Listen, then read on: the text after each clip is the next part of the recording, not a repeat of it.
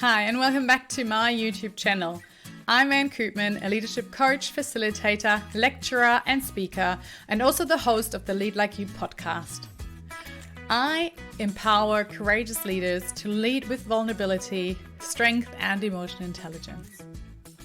In today's episode, we're going to talk about how we can manage the 5 dysfunctions of a team and build an effective team. What comes to mind when you think about an effective team? What does it mean? Have you seen teams that were really effective? Is your team effective? Maybe team members don't communicate so well. Maybe there's a bit of conflict or misalignment. Maybe they don't feel accountable, or maybe they have problems making decisions. The truth is, teams are complex and managing teams can be really difficult. Because teams are made up of individuals that each have their own story, their own background, their own values, and their own motivators and drivers, you will always have certain issues in a team.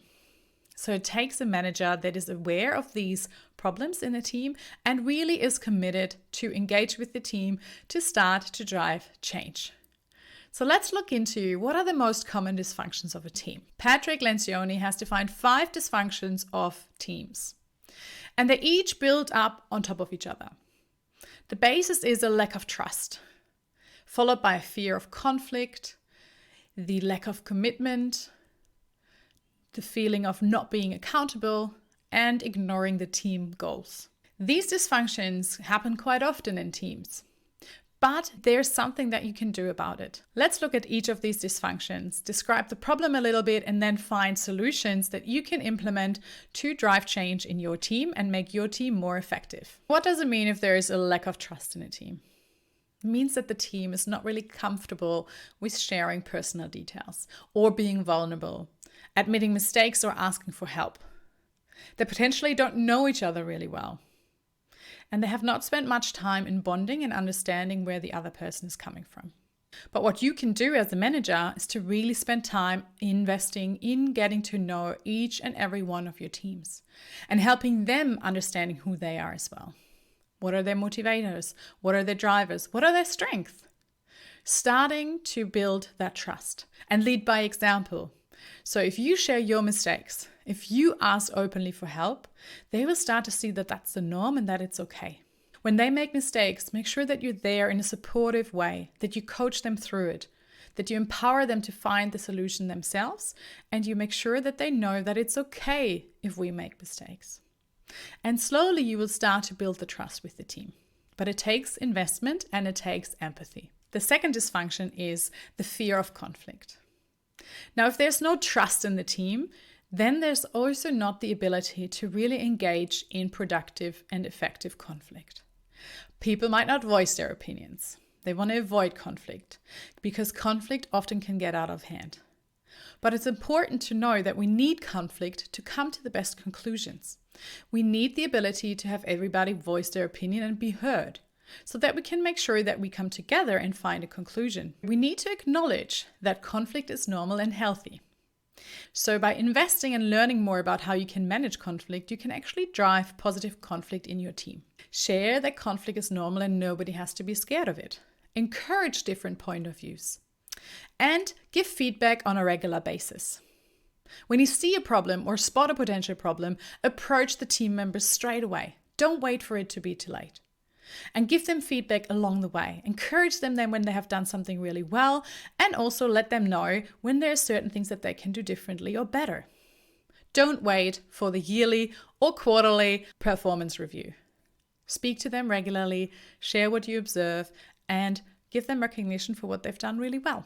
The third dysfunction is lack of commitment. And this can come through the lack of discussion that you might have in meetings because of the fear of conflict, but also because clarity is lacking of what is actually the outcome of the meeting.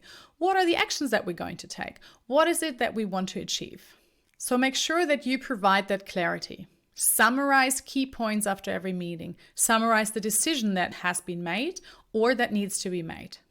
Follow up regularly and provide updates along the way. And also show a clear path forward. Where are you going to go with this?